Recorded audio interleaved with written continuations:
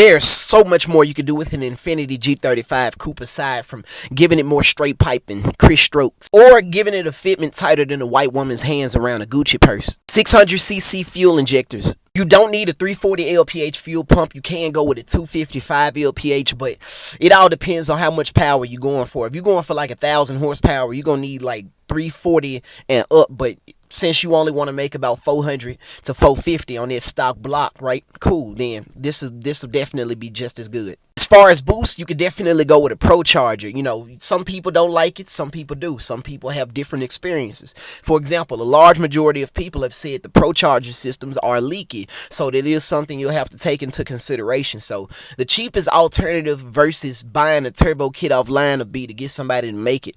Just buy the blow-off valve, the waste gates, the turbo, and let somebody run your pipe, and it'll be a whole lot cheaper. Like seriously, a turbo kit for this thing costs over $7,000, which is why you often see these LS swapped or 2J swapped more than anything. It's just, why would anybody pay $7,000 plus for a turbo kit if they only finna get about maybe 700 horsepower, depending on how well built that engine is?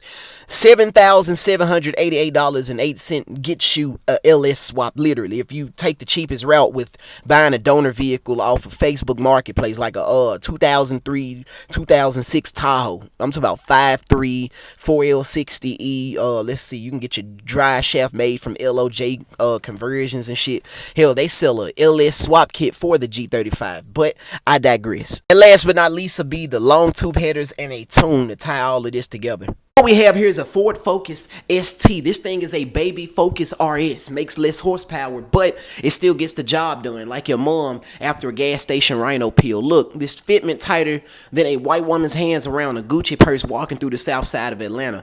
Then is one of my favorite colors, black like an African Nubian queen. As far as looks, it's pretty okay. It looked like an Aston Martin had a sneaky link with a Golf GTI and said, listen, I did baby pappy. And I guarantee it sounds like a pack of wild hyenas filing their taxes. You talking about a high hatch that I don't think nobody even just talks about like that. I'd have to go with a Mazda Speed 3. The thing was a low-key sleeper. Like, I think I like the Mazda Speed 3 ever since Need for Speed Most Wanted.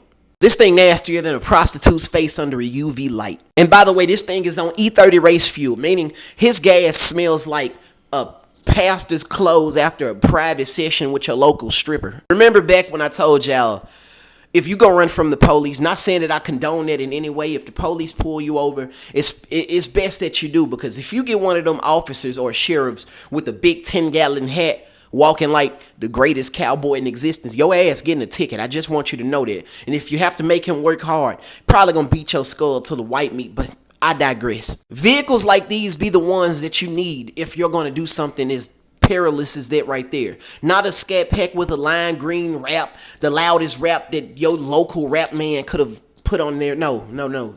Not some candy apple reds, none of that. Just get you something that's a sleeper, bro. If you're going to do a Hemi swap or something like that, or an LS swap, at least LS swap something that every police officer in the city won't pull over.